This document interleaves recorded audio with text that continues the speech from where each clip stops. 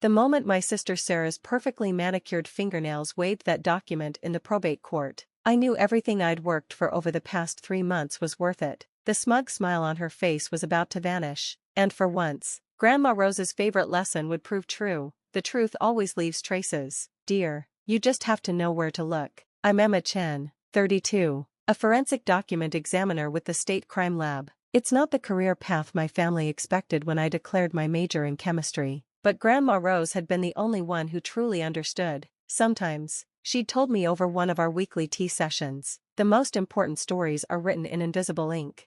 If only she could see how right she'd been.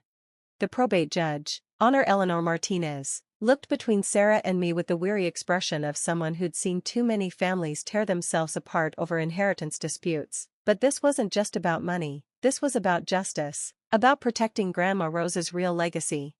Ms. Chen, Judge Martinez addressed my sister, you've presented what you claim is your grandmother's final will, dated January 15, 2025, 3 weeks before her passing. This document leaves the entirety of Rose Chen's estate, valued at approximately $4.2 million, to you alone. Is that correct? Sarah stood straighter, her designer suit catching the fluorescent courtroom lighting. Yes, Your Honor. Grandma wanted to ensure her estate was managed properly. She knew I had the business acumen to handle it. I tried not to snort. Sarah's business acumen mainly involved running through 3 trust funds and 2 failed startup ventures, but I kept my face neutral, remembering Detective Rivera's advice: let them dig their own holes. The judge turned to me. And Ms. Emma Chen, you're contesting this will's authenticity? Yes, Your Honor. I opened my briefcase, maintaining eye contact with Sarah as I did so. I have evidence that this document is a forgery, created after Grandma's death. Sarah's lawyer, James Morrison, jumped to his feet. Objection. Your Honor, these are baseless accusations from a jealous sister who happens to be a certified forensic document examiner. I interrupted calmly, with the State Crime Lab. The judge's interest visibly piqued. Proceed, Ms. Chen. I pulled out my black light and the documentation I'd spent weeks preparing. Your Honor, I'd like to demonstrate something about the paper this will is printed on. Sarah's confident posture flickered for just a moment. Most people wouldn't have noticed, but I'd grown up watching her tell lies at the dinner table. I knew all her tells. This will was allegedly signed in January 2025. However, the paper it's printed on contains security features that weren't introduced until March 2025. I switched on the black light, and the telltale fluorescent watermarks appeared. These specific markers were developed by Sterling Paper Company for their legal document series. They only began production 2 months ago. The forensic expert I'd consulted, Dr. Marcus Wong, stepped forward from his seat in the gallery. His smile was growing wider by the second. Sarah's face had turned an interesting shade of gray. But I wasn't done. The past 3 months had taught me more about paper manufacture, printing technologies, and document authentication than my entire career. Because this wasn't just about exposing a forgery, it was about understanding why my sister would betray our grandmother's trust so completely. The story really began 6 months ago, when Grandma Rose first showed signs of declining health. She'd always been the family patriarch, the steady hand guiding 3 generations of Chens through life's complexities. Her antique shop, Rose's Treasures, was more than a business, it was a community landmark where stories were traded as often as merchandise. Sarah and I had grown up among those treasures, learning their histories and secrets. But while I inherited Grandma's passion for uncovering the truth behind each artifact, Sarah saw only dollar signs. She'd spent years trying to convince Grandma to sell the shop's prime downtown location to developers. Your grandmother's original will, dated November 2024, is already in evidence, I continued, pulling out another document. It leaves the estate divided equally between Sarah and me, with specific provisions for maintaining Rose's Treasures as a community space. Judge Martinez examined both documents. And you can prove this earlier will is authentic? Yes, Your Honor. I gestured to Dr. Wong. The paper, ink, and signature have all been verified. Additionally, we have video evidence of Grandma Rose signing this document. Sarah's lawyer was frantically whispering in her ear, but she brushed him off. My sister had always been too confident for her own good. What video? She demanded. I nodded to the court clerk, who wheeled in a display screen. Grandma Rose insisted on recording the will signing. She said it was insurance against future misunderstandings. The video showed Grandma in her favorite armchair at the shop, surrounded by her beloved antiques. Her hands were steady as she signed the document, her voice clear as she explained her wishes. Sarah had been there that day, you could see her in the background, phone in hand, barely paying attention.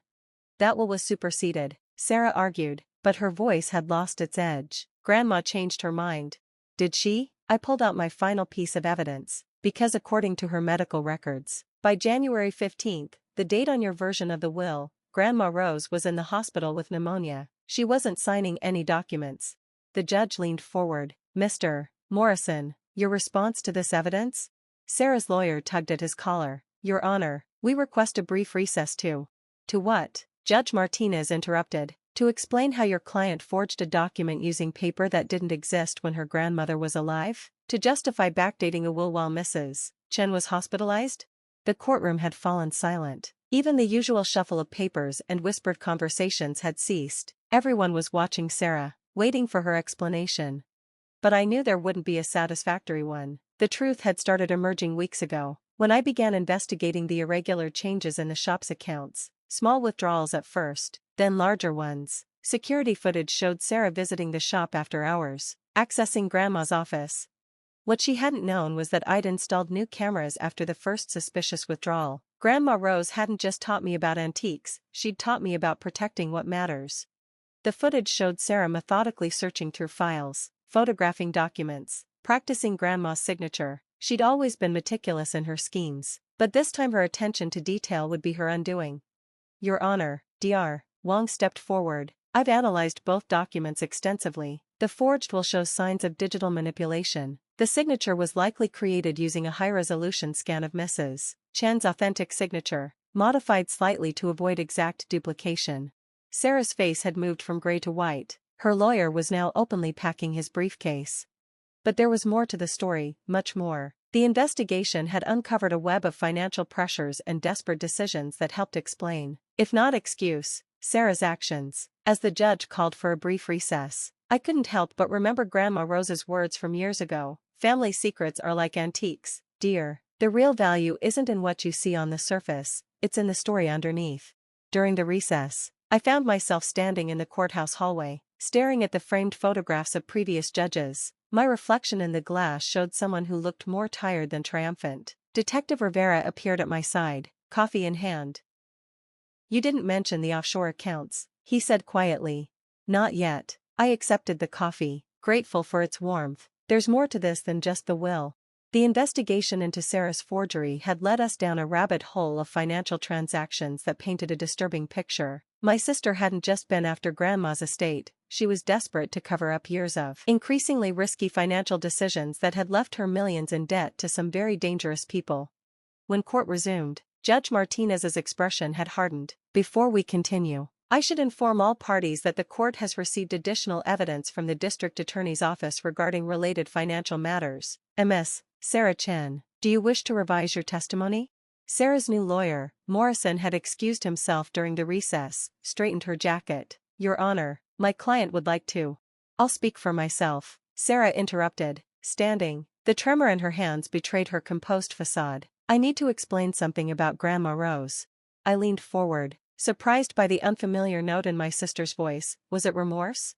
3 years ago, Sarah continued, I made some investments that didn't pan out. I borrowed money from people I shouldn't have trusted. They threatened to hurt my family if I didn't pay them back. I thought I could fix everything if I just had access to enough capital.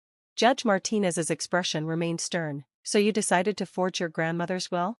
No, I mean, yes, but Sarah's carefully maintained composure cracked. Grandma found out about my debts last year. She offered to help, but not the way I needed. She wanted me to go to the police, to face consequences. She didn't understand these weren't ordinary creditors.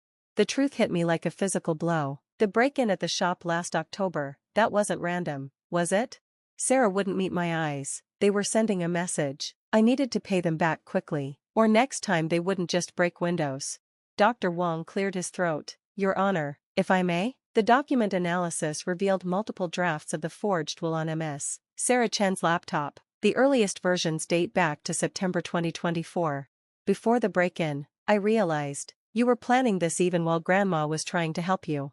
Mrs. Rose Chen's original will included provisions for a trust fund. Sarah's lawyer interjected. specifically designed to help her granddaughter resolve these debts legally. I pulled out my tablet, opening files I'd hoped not to need. That trust fund wouldn't have helped much, would it, Sarah? Not with what you really owe. I turned to the judge. Your Honor, we've uncovered evidence of systematic fraud extending far beyond this inheritance issue.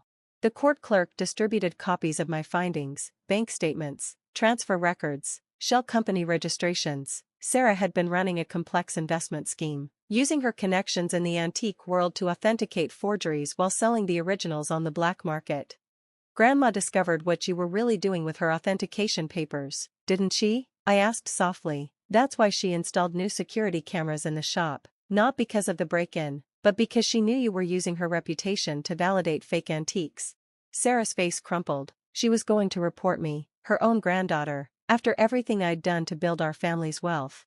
You mean destroy it? I corrected. Those investments you mentioned? You were gambling with more than money. You were gambling with Grandma's legacy, her lifetime of building trust in the community. Judge Martinez raised her hand, silencing us both. I've seen enough. This court finds clear evidence of forgery, fraud, and potential criminal conspiracy. Ms. Sarah Chen, you are remanded into custody pending criminal charges. All assets related to Rose's treasures and the Chen estate are to be frozen until a full audit can be completed. As the bailiff approached Sarah, she turned to me with desperate eyes. Emma, please, you don't understand what they'll do to me in prison. Actually, Detective Rivera stepped forward. We do understand. The DA's office is prepared to offer protective custody in exchange for cooperation in identifying your partners in the authentication scheme. The next few hours passed in a blur of paperwork and procedures. Sarah was led away, her designer suit replaced with an orange jumpsuit, but amid the chaos, a court clerk handed me an envelope I hadn't seen before. It was logged with your grandmother's personal effects, she explained, specifically to be delivered after any will dispute was resolved. Inside was a letter in Grandma Rose's distinctive handwriting, dated just days before her hospitalization. My dearest Emma. If you're reading this, then you've already discovered what Sarah has done. I knew she would try something after I confronted her about the forgeries. My only regret is not seeing you prove it, though I'm sure you did so brilliantly. The shop's real treasures were never the antiques themselves, but the stories they carried and the truths they revealed. You understood that from the beginning. Sarah saw only objects to be priced and sold. But you saw the history, the connections, the human heart in every piece. I've left instructions with my lawyer about converting the shop into a non-profit foundation. The Chen Family Heritage Center will continue my work of preserving stories and teaching young people about the value of truth, in objects and in life. You'll find everything you need in the safe behind the Ming vase. The combination is your birthday, naturally. Remember what I always told you about traces? The truth leaves them everywhere, not just on paper or in ink, but in the choices we make and the lives we touch. You've always been good at finding those traces, my brilliant girl. Now use that gift to help others find their own truths. All my love. Grandma Rose. 6 months later, I stood in the renovated Rose's Treasures, now the Chen Family Heritage Center. The antique shop's main floor had been transformed into a community space where local historians gave lectures. Students learned about authentication techniques. And yes, people still bought and sold treasures with stories worth preserving. Sarah had accepted the DA's deal, providing evidence that helped shut down 3 major forgery rings. She would serve 5 years, with mandatory counseling and financial oversight after release. More importantly, she had finally started therapy to address the underlying issues that had driven her desperate schemes. The Heritage Center's first major exhibition featured items from Grandma Rose's personal collection, each with its own story of discovery and verification. The centerpiece was a display about document examination and forgery detection, using Sarah's fake will as a teaching tool, with court permission, of course. Dr. Wang had joined our board of directors, helping establish a scholarship program for students interested in forensic science. Detective Rivera regularly brought his rookie officers through for seminars on investigating fraud and financial crimes. But my favorite addition was the Children's Corner, where kids learned about authentication through hands-on activities, watching them shine black lights on various papers and inks, their faces lighting up with discovery. I often heard echoes of Grandma Rose's voice. The truth always leaves traces, dear. You just have to know where to look.